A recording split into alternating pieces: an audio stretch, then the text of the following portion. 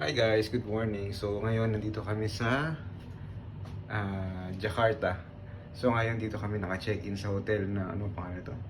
Ah, Kimaya Hotel. So ito lang siya malapit sa office ni Mrs. So ang gagawin ko ngayon, i-room tour ko kayo kung anong meron dito kasi bago lang talaga, first time na makapunta dito sa Jakarta, Indonesia.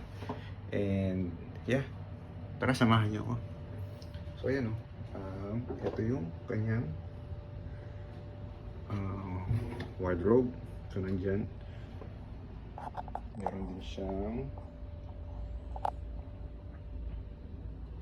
for shoes and also para sa mga kayamanan nyo. And yan, and ito yung mini pantry niya.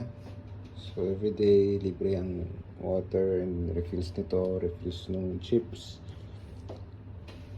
Tapos meron din siyang fridge. Oh, it's open. Open pala. So, ayan. So ito, libre din. And libre din to.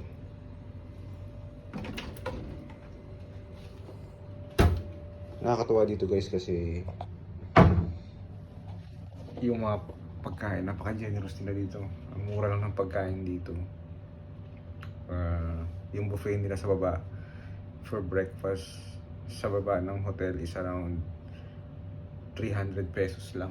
So napakamura. Pero mamaya, since kakarating lang natin kanina madaling araw, pupunta ako dun sa mga vicinity.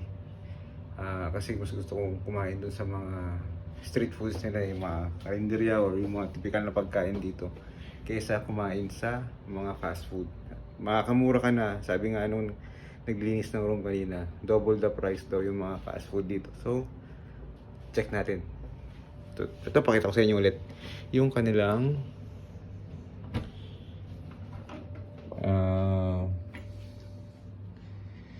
toilet and bath. So yan, may blower, sockets. Siyempre hindi mawawala to. Oh, diba? Makakarating yan dito. Siya mga gamit ni Mrs. Then, may bidet. Tapos ito yung shower. Oh, ayan. Linis. Malinis, mabango. Ayan. Tapos, ayan. Malaki yung salamin niya. Tapos dito may salamin din. 4. Ayan o. Tapos may TV. Yung TV dito makakanood ka ng cable. So ngayon pinapanood ko yung outdoor channel. So hindi lang siya basta TV lang nila. So yan. So yun, for work table nila. Tapos yan.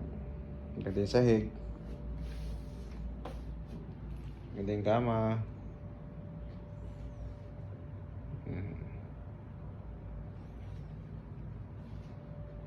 Adjustment ng aircon. Ayan yung aircon nila. Tama lang yung lamig. Hindi ganun kalamig. Hindi ganun kainit. Tapos ito yung view. Ayan. So parang sa atin may service road. Ayan, service road yan. Expressway. Going to airport or going to somewhere. Tapos service road ulit. Then dito naman, yan, residential nila. So parang Metro Manila, parang Makati, tas may Sembo, ganun yung ano niya, Kumembo, parang ganyan. Ayan. So hindi pa tayo nakapag-ikot. Tingnan natin kung anong makikita natin dito sa city. So yan. Yan siya. It's nice. Pakalinis. Mabait pa ng mga ano dito, mga crew, lahat. Napakabait nila. Lagi nakangiti.